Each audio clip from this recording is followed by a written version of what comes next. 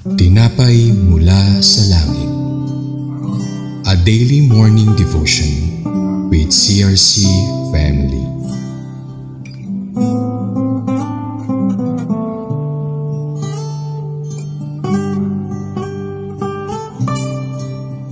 Sa mapagpalang umaga kapatid, ako si Smila Santiago, CRC Chess, 13 Martires, Cavite. Samahan niyo po kami sa ating programang Tinapay mula sa langit, ang pang-araw-araw natin devotion sa salita ng Diyos. Ngayong umaga ay matutunghayan natin sa Numbers chapter 23, 18-24. Ngunit bago po tayo magpatuloy, tayo dumako sa maikling panalangin. Panginoon namin Diyos, Ama naming nasa langit, we praise and worship you in this moment. Thank you po Lord sa patuloy na pagpapala sa panibagong umaga, panibagong pag-asa sa buhay namin. Upang makabahagi po sa inyong gawain, salamat po sa umagang ito. Thank you sa kalakasan ng bawat isa. Nawa Panginoon, patuloy mo kami samahan sa aming pagninilay ng iyong mga salita. Ito po aming dalangin. In Jesus' name we pray. Amen. Title, Balaam's Second Oracle, The Unchanging God Blesses Israel. Verse 18. Then he took up his oracle and said, Rise up,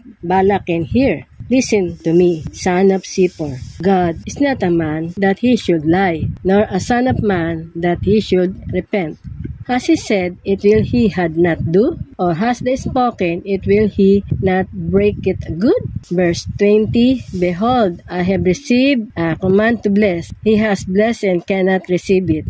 Verse 21, He has not observed iniquity in Jacob, nor he has seen wickedness in Israel. The Lord his God is with him, and the shout of king is among them. Verse 22, God brings them out of Egypt. He has strength like a wild ox. Verse 23, For there is no sorcery against Jacob, nor any divination against Israel. As now must be said of Jacob, and is not what God has done. Verse 24, Look, a people rises like a lioness, and lift itself up like a lion. It shall not lie down until it devours the prey and drinks the blood of the slain. Amen. Sinabi ni Balaam, Makinig ka, Balak, dinggin mo ako. Ang Diyos ay di sinungaling na tulad ng tao. Ano man sabihin niya ay kanyang gagawin. Kung mangako man siya, ito'y kanyang tutuparin. Ang utos sa akin, sila'y pagpalain. Ang pagpapala ng Diyos ay di ko kayang bawiin. Wala sa kapangyarihan ni Balaam na pagpalain o sumpain ng Israel. Ang tanging magagawa ni Balaam ay iulat ang sinabi ng Diyos. Kung sinabi ng Diyos na pinagpala ang Israel, dapat sabihin ito ni Balaam. Ganon man, maraming pera ang binigay sa kanya ni Balak. Ang sabi pa ni Balaam, sa Israel ay wala akong makitang kasawian. Sa kanila ay wala ring kapamakan. Ang Diyos niyang si Yahweh ang kanilang kasama. Pinapahayag nilang siya ang hari nila. Ang Diyos ang naglabas sa kanila sa Ehipto. Sila'y pinaglaban niya ng tulad sa mailap na toro. Si Jacob ay hindi makakayang kulamin ng Israel, ay hindi maaring sumpain.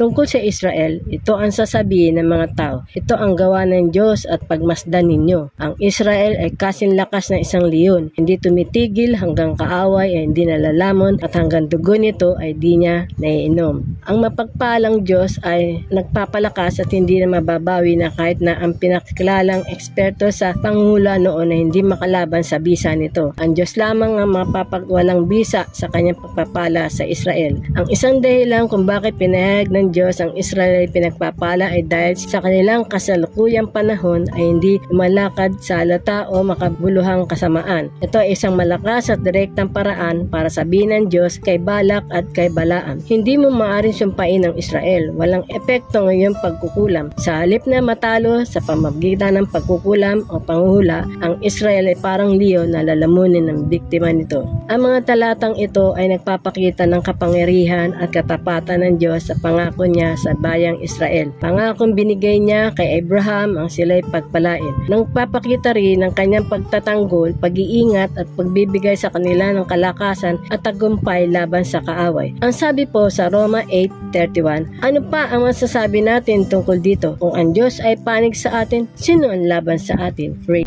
Tayo po ay manalangin. Thank you po sa inyong mensahe sa umagang ito. Pagpalain mo po kami, maging kalakasan namin inyong mga salita. Patuloy kaming magtitiwala sa bawat mensahe na pinagbubulayan namin. Thank you po Lord, di mo kami pinababayaan. In Jesus' name we pray. Amen. Maraming salamat sa pakikibahagi sa ating programa. Lagi po nating pagnilayan ang salita ng Diyos mula sa ating puso dahil lubos ang magiging kaunawaan nito dito. Muli po ninyo kaming samahan bukas sa pagninilay ng kanyang salita dito sa programang Tinapay Mula sa Langit. Malaya po ninyo i-share ang video na ito upang kayo rin na maging mapagpala sa iba. Pagpalain po tayo ng Panginoon Diyos. Magandang umaga po.